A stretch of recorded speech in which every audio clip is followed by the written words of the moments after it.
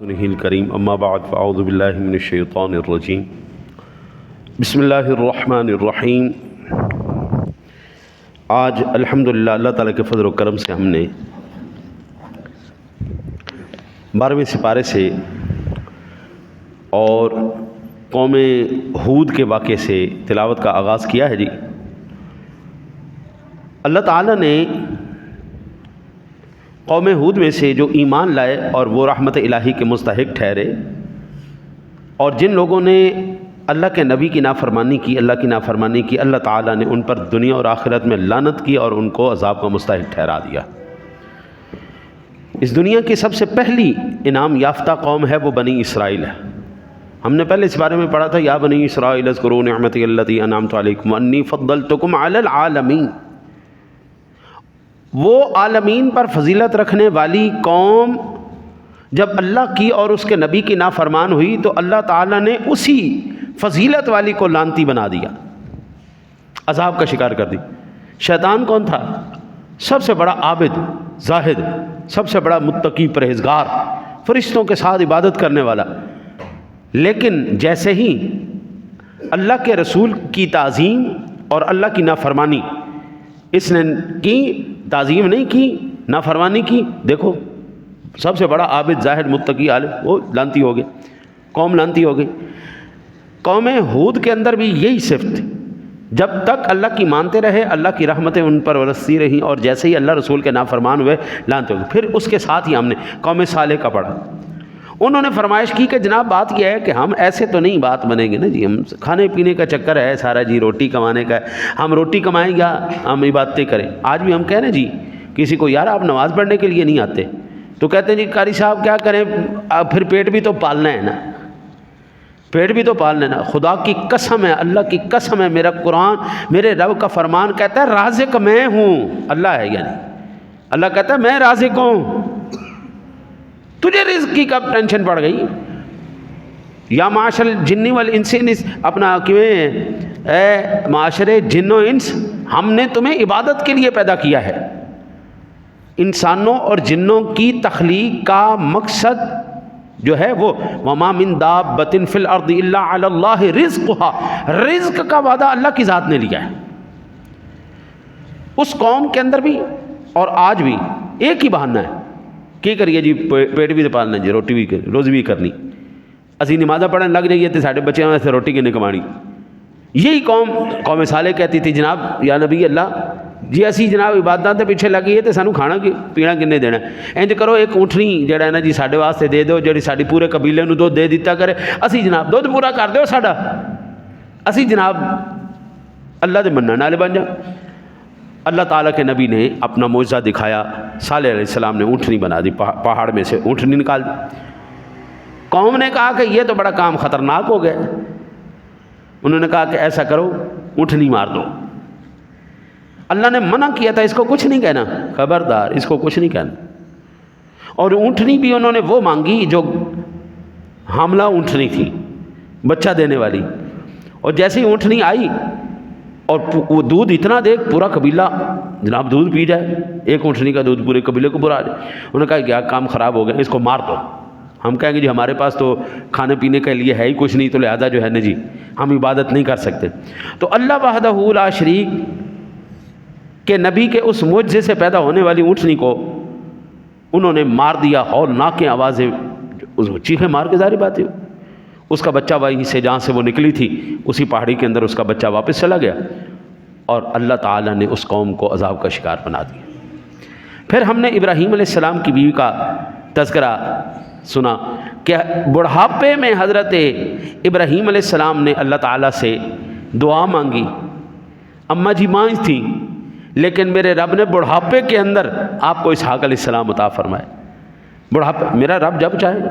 ابراہیم علیہ السلام کی بھی بڑی عمر تھی، تقریباً 100 سال کے قریب، اور اماں جی کے 90 سال کے قریب۔ 90 سال کی عورت بچہ پیدا نہیں کرتی، آج بھی نہیں کرتی، 40-50 سال بس اس پر خواتین بس ہو جائے، بڑی کوئی ہو جائے 50-55 پر کوئی آ جائے تو آ جائے، اللہ ماشاء اللہ، ورنہ 50 تک کی عورتیں بچہ پیدا کرتی ہیں، اس کے بعد نہیں کرتی۔ 90 سال کی عمر میں جا کے بچہ دینا. میرا رب کہتا ہے میری قدرت. پھر لوط علیہ السلام کا تذکرہ ہوا ہے. او ہو اللہ تعالیٰ نے یہ لوط کا جو فعل تھا، لوطی قوم کا جو فعل تھا، وہ آج بھی اس معاشرے کے اندر رکھا ہوا ہے. وہ لوگ عورتوں کو چھوڑ کر لڑکوں کے اور بچوں کے شدائی تھے. اللہ تعالیٰ نے لوط علیہ السلام کے پاس فرشتے بھیجے جوانوں کی شکل میں. وہ قوم جناب پڑ گئی پیچھے، بدکار قوم تھی. ہاں جی، میں اگر بات کروں نا تو ایمان سے ہمارا اپنا ہی پیٹ ننگا ہوتا ہے. ہمارے کون سی ایسی جگہ ہے جہاں پر یہ لطی فعل نہیں ہو رہا؟ آپ یونیورسٹیاں کہتے ہیں، آپ کالج کہتے ہیں، آپ اسکول کہتے ہیں، آپ مدارس کہتے ہیں. انہوں نے صرف مولویوں کو نا وہ ٹارگٹ بنا دیا. اس قوم کے اندر، لوط علیہ السلام کی قوم کے اندر پروفیسر بھی تھے، سارے ہی تھے، پڑھے لکھے جاہل ان پڑھ سارے ہی. آج بھی یہ چیز ہے. آج تو باقاعدہ حکومتیں LGBT کے نام پر، ہاں جی، ٹرانسجینڈر کے نام پر یہ فعل حرام کو لیگل قرار دے رہی ہیں. او بابا، میرے رب نے 2 ہی جینڈر پیدا کیے، یہ مرد ہے یا عورت ہے. اس کے علاوہ میرے رب نے کچھ پیدا نہیں کیا.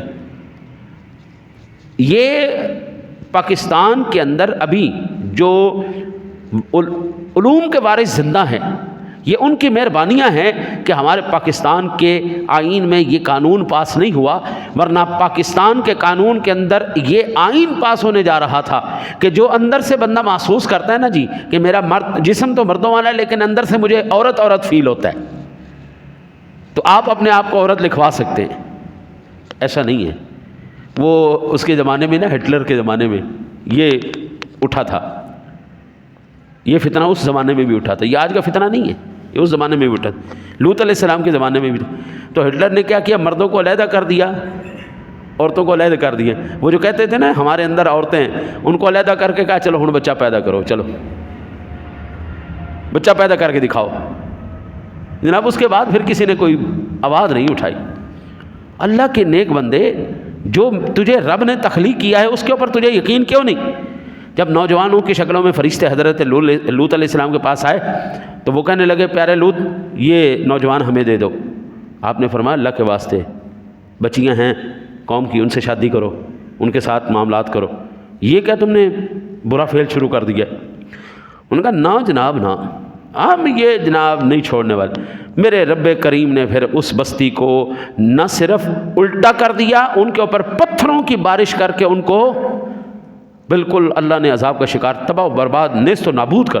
یہ ایک پمپئی نام کی ایک سٹی نئی دریافت ہوئی ہے، وہ بھی لطی فعل کرتے ہوئے آتش فشاں کے پاس. اب ان کے پورے اثرات جو ہے نا جی، پورے جسم بدفعلی کرتے ہوئے وہ پہاڑ پھٹا، آتش فشاں نکلا ان کے اوپر، پورے جو ہے نا جی جسم بھی جل گئے، اس کے اوپر راکھ بن کے وہ بالکل نہ محفوظ ہو گئے.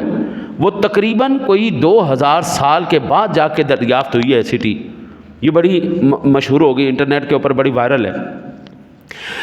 انہوں نے جو بدفعلی کی، اللہ تعالیٰ نے اس قوم کو عذاب کا شکار بنا دیا. حضرت قوم سمود کا ہوا. یہ قوم کیوں شکار ہوئی عذاب کی؟ یہ ناپ تول میں کمی کرتی. جس معاشرے کے اندر ناپ تول میں کمی کی جائے گی، اپنے من مانے ریٹ مقرر کیے جائیں گے، اس قوم کے اندر قحط سالی اور نعمتوں کی کمی ہونا لازمی ہے. یہ سمجھتے ہیں کہ پورا تول دینے سے ہمارے کمی ہو جائے گی اور کم تولنے سے ہمارے پاس زیادہ مال آئے گا، لیکن اس کا الٹا ہے. جس طرح زکوٰۃ دینے سے، صدقہ دینے سے لوگوں کے ذہن میں ہے مال کم ہو جاتا ہے، لیکن میرا اللہ کہتا ہے اس کا الٹا ہے، اور اللہ کے بندے تیرا بڑھ جاتا ہے. میرے ذہن میں آ رہا ہے کہ یہ کم ہو گیا، میں نے اللہ کے نام پہ زکوٰۃ دے دی، صدقہ دے دیا، خیرات دے دی، یہ کم ہو گیا، لیکن نہیں، اللہ کہتا ہے نہیں، اس کا الٹا ہے. ادھر سے ہم کہتے ہیں کم توڑنے سے ہمارے پاس مال زیادہ بچے گا، ہم زیادہ فروخت کر کے زیادہ کمائی حاصل کریں گے. اللہ کہتے ہیں اس کا الٹا ہے، اللہ کے بندے تو نے اپنا رزق بھی جو ہے نا برباد کر دیا. یہ قوم عذاب کا شکار ہو گئی، ان کے اوپر چنگاڑ آئی، خوفناک چنگاڑ آئی. پھر اللہ تعالیٰ نے فرعون اور موسیٰ علیہ السلام کا تذکرہ فرمایا کہ ماننے والوں پر اللہ کی رحمتیں ہوئیں، نہ ماننے والوں پر اللہ کی لعنت ہوئی۔ اور پھر ان واقعات میں ایک طرف تو عقل و فہم والوں کے لیے عبرت، اور دوسری طرف رسول اکرم صلی اللہ علیہ وسلم اور مخلص اہل ایمان کے لیے تسلی اور ثابت قدمی کا سامان ہے۔ نماز، صبر سے اصلاح احوال پر استقامت کا حکم دیا گیا۔ قلب نبوی صلی اللہ علیہ وسلم کی تقویت کے لیے غیبی خبریں بتائی گئی۔ سادہ لفظوں میں جو ہم نے آج 12ویں سپارے کا خلاصہ پڑھا ہے سورہ یوسف سے پہلے اللہ تعالیٰ یوں بتانا چاہ رہا ہے، وہ بندہ مومن، دنیا کی نعمتیں سارا کچھ نہیں ہوتی، دنیا کا مال اسباب سارا کچھ نہیں ہوتا، ارباب اقتدار یہ اختیار یہ سارا کچھ نہیں ہوتا۔ اللہ تعالیٰ کی رضا اس کائنات کی سب سے بڑی نعمت ہے۔ آپ اندازہ کریں کہ اگر یہ جو آج سمجھتے ہیں نا جی پیسہ ہو، اختیار ہو، اچھی نوکری ہو، جناب بڑا زبردست قسم کا ہو، ان کے لیے سادہ سا ایک میرا سوال ہے کہ حضرات انبیاء کرام علیہ السلام تقریباً 1,24,000 کم و بیش، ان میں سے کتنے بادشاہ اور کتنے بڑے عہدوں پر فائز ہوئے؟ حضرت سلیمان علیہ السلام، حضرت داؤد علیہ السلام اور 2 اور ہیں۔ ٹوٹل 1,24,000 کم و بیش پیغمبروں میں سے صرف 4 ایسے گزرے ہیں جو بادشاہ۔ یوسف علیہ السلام کا تذکرہ ہے، یعقوب علیہ السلام، داؤد علیہ السلام، سلیمان علیہ السلام، یوسف علیہ السلام، اللہ خیر صلی۔ باقی بادشاہ کوئی نہیں بنا، وہ اعلیٰ منصب پر فائز نہیں ہوئے۔ لیکن جو منصب نبوت ہے کائنات کا سب سے اعلیٰ منصب ہے، اس سے بڑا اوپر منصب کوئی نہیں۔ ان انبیاء کرام علیہ السلام میں سے کون ایسا نبی گزرا ہے جس نے مشکلات کا سامنا نہیں کیا، تکلیفوں کا؟ میرے آقا جی کی بات کریں تو آقا جی علیہ السلام نے 13 سال جو گزارے مکے کے اندر، تو کیا وہ سکون والے سال تھے؟ حضرت جی اپنوں نے ہی ذلیل کیا، اپنوں نے پریشان کیا، اتنا دکھ دیا کہ آپ کو ہجرت کرنی پڑی۔ حضرت جی طائف تشریف لے گئے، وہاں پر کسی نے سکون سے نہیں بیٹھنے دیا۔ اللہ سے یاری لگانے کے بعد کوئی یہ کہنا کہ بس سوکھا ہی سوکھا، سکون ہی سکون، نہ ایسا نہیں ہوگا بھائی۔ جو جتنی یاری لگائے گا اتنا رگڑے کے اندر آئے گا، جو جتنا قریب ہوگا وہ اتنا ہی رگڑے کے اندر آئے گا، اور وہ جو رگڑا برداشت کر گیا نا، اللہ کہتا ہے یہ بندہ اصل میں کامیاب ہے، میں اس کے ساتھ۔ پھر سورہ یوسف شروع ہوئی، سبحان اللہ سبحان اللہ سبحان اللہ۔ حضرت جی اس قصے کی کیا بات ہے جس کو میرا رب کہے احسن القصص، قصوں میں سے بہترین قصہ، احسن القصص کا نام جس کو میرا رب دے۔ اس جیسا بھائی پوری تاریخ انسانی کے اندر کوئی ایسا واقعہ نہیں آیا۔ اس کے اندر یوسف علیہ السلام کی پیدائش سے کنویں تک، نیچے تک، اور وہاں سے بازار مصر میں جا کر بکنے تک، اور پھر وہاں سے بادشاہت تک، پوری اللہ نے ایک پوری زندگی کی داستان رقم فرمائی۔ حضرت سیدنا یوسف علیہ نبینا علیہ السلام کو جب بیچا گیا نا جی، تو قرآن کہتا ہے وَشَرَوْهُ بِثَمَنٍ بَخْسٍ دَرَاهِمَ مَعْدُودَةٍ وَكَانُوا فِيهِ مِنَ الزَّاهِدِينَ، دو ان نقد ریسا آیا ہے۔ یوسف علیہ السلام کو بیچ دیا اور کھوٹے سکوں کے بدلے بیچ دیا۔ حضرت میرے رب کی غیرت، او ہو میرے رب کا جلال بہت بڑا ہے، بہت بڑا ہے۔ دنیا نے یوسف علیہ السلام کو کوڑیوں کے بھاؤ بیچا، اور جب تک پورا مصر میرے یوسف علیہ السلام کا غلام نہیں ہو گیا، اللہ نے کسی کو نہیں بخشا، پورا مصر غلام کیا۔ تم نے ایک غلام بنا کے بیچا تھا نا، ہاں جی، اور قدر ہی نہیں کی میرے نبی کی تم لوگوں نے۔ وَكَانُوا فِيهِ مِنَ الزَّاهِدِينَ، وہ سارے ہی بے قدرے سو یار، کوئی تو قدر باندھا یوسف دی۔ پھر رب نے کہا اچھا میں قدر پواؤں گا اپنے یوسف۔ آہا، یوسف علیہ السلام کو کیا حسن میرے رب نے دیا۔ میاں صاحب فرماتے ہیں کہ 3 مہینے خلقت رجی ویک یوسف کی نانی، قحط پڑا، ایسا قحط پڑا کہ ساری دنیا بھوک پیاس سے تڑپ اٹھی۔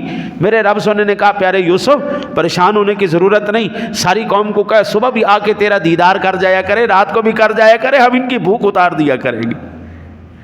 یوسف علیہ السلام کا حسن دیکھتے رہے، دیدار کرتے رہے۔